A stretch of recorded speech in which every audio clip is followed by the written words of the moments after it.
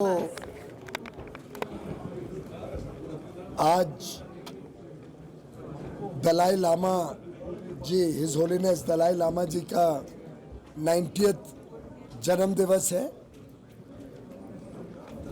वो हम सबको प्रेरणा देते हैं, आध्यात्मिक शक्ति देते हैं, प्रेम और सद्भावना के प्रतीक हैं।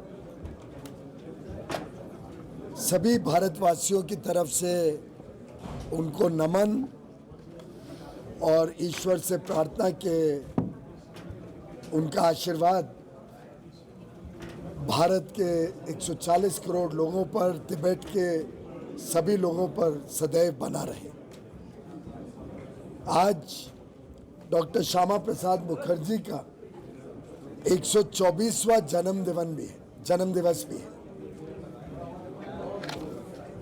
1953 में नेहरू सरकार के पहले उद्योग मंत्री रहते हुए उन्होंने सरकार से त्यागपत्र दिया। भारतीय जनसंघ, जो हमारी भारतीय जनता पार्टी का पहला स्वरूप था, उसको जन्म दिया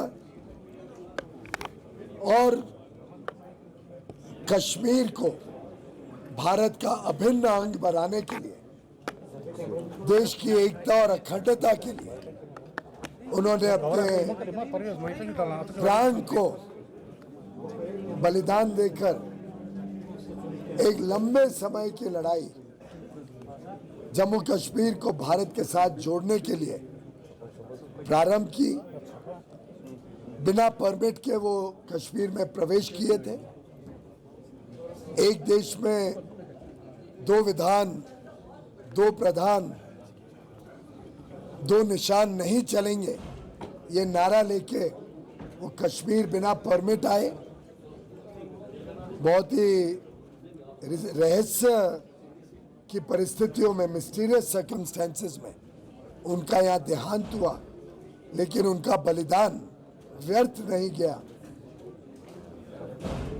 5 अगस्त 2019 को धारा 370 और 35A को रद्द कर जम्मू कश्मीर को भारत का एक अभिन्न अंग बनाया गया।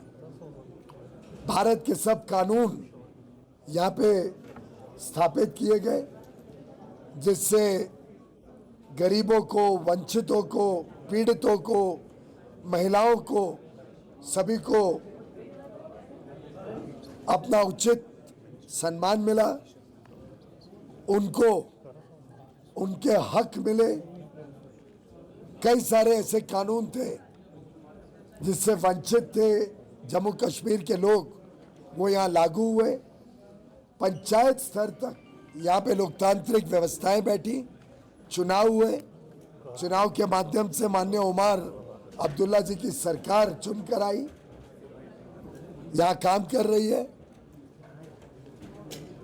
और मैं समझता हूं कि अब जम्मू कश्मीर तेजी से उद्योग और व्यापार के क्षेत्र में भी आगे बढ़ रहे हैं। केंद्र सरकार ने 28,000 करोड़ की इंसेंटिव स्कीम के माध्यम से यहाँ सैकड़ों उद्योग के यूनिट्स को, टूरिज्म हो, हेल्थ केयर हो, फूड प्रोसेसिंग हो, मैन्युफैक्चरिंग हो, अलग अलग क्षेत्र में यहाँ पे उद्योग को प्रोत्साहन देने का काम किया। आगे चल के उमर अब्दुल्ला जी की सरकार जम्मू कश्मीर में और केंद्र में प्रधानमंत्री नरेंद्र मोदी जी की सरकार मिलकर जम्मू कश्मीर में उद्योग और व्यापार कैसे बढ़े, पर्यटन कैसे बढ़े, उसके लिए तत्पर है। आज मैं आया था यहाँ के व्यापारियों से मिलने, उनसे अलग अलग विषयों पे चर्चा हुई है, अलग अलग शिष्टमंडलों को भी मिला। वोकल फॉर लोकल के नारा के साथ हमने आज एक कार्यक्रम, सुनील सिंह जी हमारे राष्ट्रीय अध्यक्ष नेशनल ट्रेडर्स वेलफेयर बोर्ड के, इनके सानिध्य में ये कार्यक्रम किया और सभी ने प्रतिज्ञा ली है कि we will be vocal for local and local will go global. Jammu Kashmir के बनाई हुए चीज़ें यहाँ का उत्पादन विश्व भर में कैसे जाए, कैसे एक्सपोर्ट बढ़े, कैसे यहाँ के व्यापार और उद्योग को हम और अधिक बल दे सके, पीयूष जी, जहाँ इस तक पे आज के हमने इस बहुत प्रोग्राम- सारी चर्चाएं की। जहाँ तक आज के आज मैंने अभी अभी अपनी बात में रखा, कई सारे अच्छे सुझाव मेरे समक्ष रखे गए जिस पे हम दोनों सरकारें मिलकर इसको कैसे तेजी से यहाँ के लोगों को और प्रोत्साहन मिले उसके लिए काम करने। पहलगाम घटना के बाद सर जो स्थिति इस वक्त जमीनी स्तर पर बनी, आपको लगता है कि सर वक्त लगेगा? मैं कश्मीर की जनता को, कश्मीर की सरकार को, आप सभी को, कश्मीर के मीडिया के बंधुओं को बधाई देना चाहता हूँ और धन्यवाद देना चाहता हूँ कि आपने दुनिया को दिखाया कि आतंकवादियों के इस प्रकार के हमलों से कश्मीर अब रुकने वाला नहीं है, थमने वाला नहीं है, मुंह तोड़ जवाब देगा आतंकवाद को।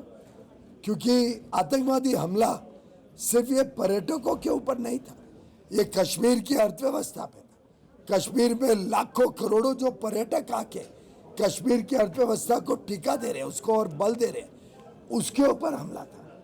कश्मीर पे प्रोग्रेस करे, कश्मीर तरक्की करे, कश्मीर आगे बढ़े, वो आतंकवादियों से देखा नहीं जा रहे। और पड़ोसी देश इन आतंकवादी हमलों को जो बल देता है, जो सहायता देता है, उसके ऊपर भारत ने मुंह तोड़ जवाब ऑपरेशन सिंदूर के माध्यम से दिया है।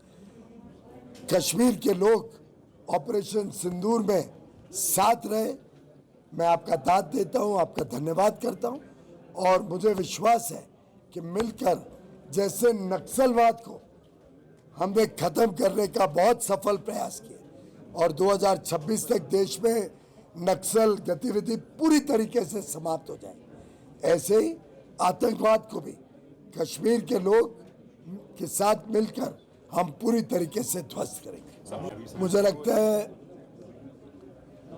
पाकिस्तान के कहने में और करने में जो फर्क है, उसको जब वो ब्रिज कर दे, जब वो ईमानदारी से आतंकवाद को पनाह देना बंद करे और आतंकवादी जो वहाँ बैठे हुए हैं, वहाँ से कार्रवाई कर रहे हैं, उनको भारत सरकार के हवाले करके उन पे कानूनी कार्रवाई हो सके, उसके लिए ठोस कदम उठाए, तो मुझे लगता है कि तभी ये विश्वास आएगा कि उनके कहने और करने में फर्क नहीं है। Thank you. बहुत बहुत धन्यवाद।